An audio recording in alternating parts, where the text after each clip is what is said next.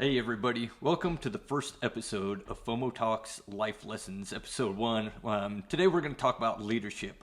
Now, caveat to this, this wouldn't be possible if it wasn't for all the great subordinates that I had over the years that really made me the leader that I was and enabled me to, perfect my craft over my career. But I just want to give a big shout out to you guys first.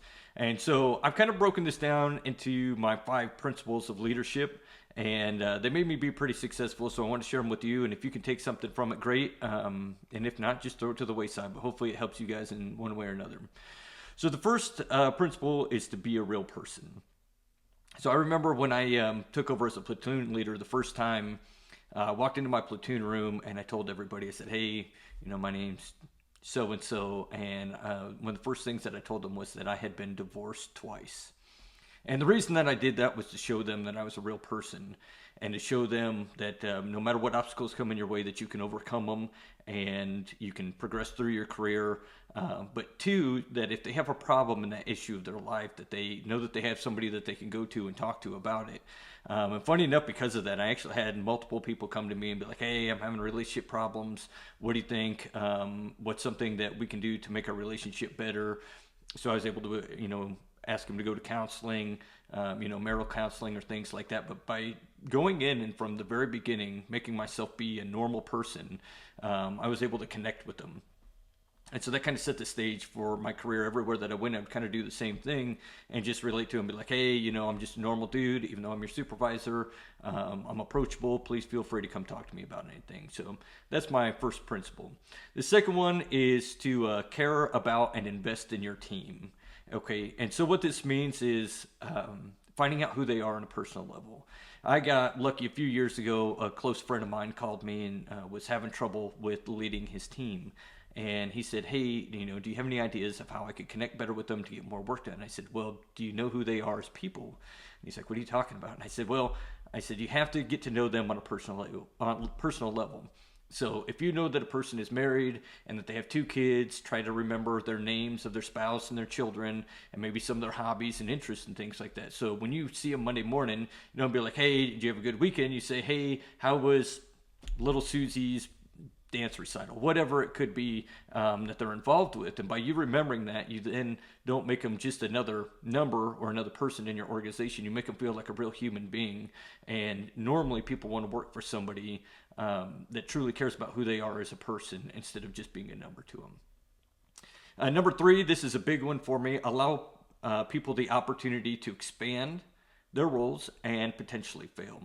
So as long as people are doing stuff within the legal bounds of whatever their job is, sometimes the way that you've done things isn't the best way to do it, and sometimes they can come up with great creative ideas. And I've been very lucky. I've had a couple of my previous subordinates reach out to me, and this is one thing that they commended me on. They said, hey, thanks for allowing me the opportunity to try to do something different and do things my way so that I can figure myself out and, learn the job better. And, I'm very grateful to say that those guys went on to have very successful careers doing things that I could have never even dreamed of. So, but the biggest thing was like, hey, here's the legal balance. Stay within this limit and then go make a name for yourself. Go figure out how you want your career to go, which, I think is a really interesting thing, that when they take the risk and they then can learn from them, it helps them to apply for harder positions in the future. Number 4, another big one for me is give them the credit. Okay, everything that you do as a leader is directly tied to your subordinates. Every award that they get makes you look that much better. So give them the credit for the hard work that they do. You may be managing the mission, but it's the day-to-day grinders that are out there getting it done for you. And so give them the credit both publicly and privately.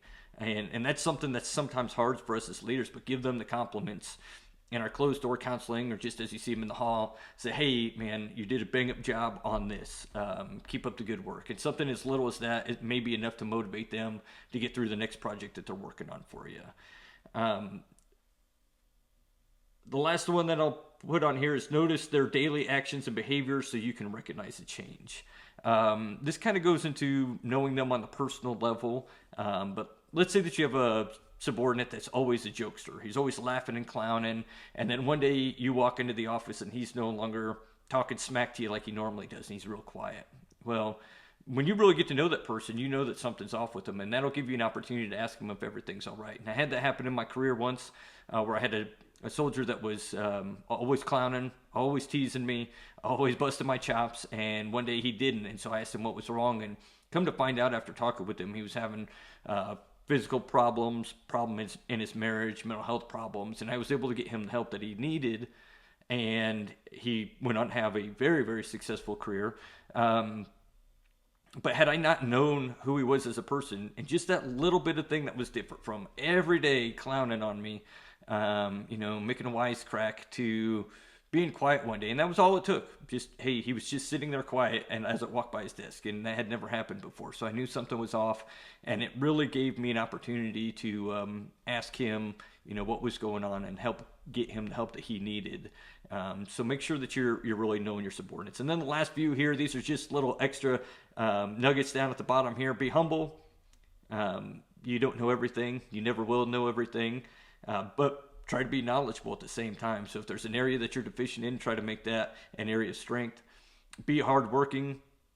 So your subordinates always want to see you working just as hard as they are. They don't want to feel like they're doing all the work and the boss is getting all the credit.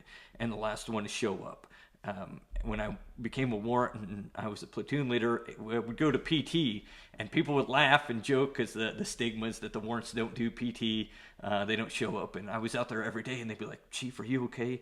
I'd be like, "Yeah, man, I just want to be out here doing PT with my guys because I'm expecting them to do something that I'm willing to do myself." So you got to be out there and set that good example. I hope these lessons on leadership help you in one way or another. If there's a topic that you guys would like me to talk about in the future, or if you ever want to collaborate on anything, please reach out to me and we'll see what we can do. Until next time, we'll talk to you later.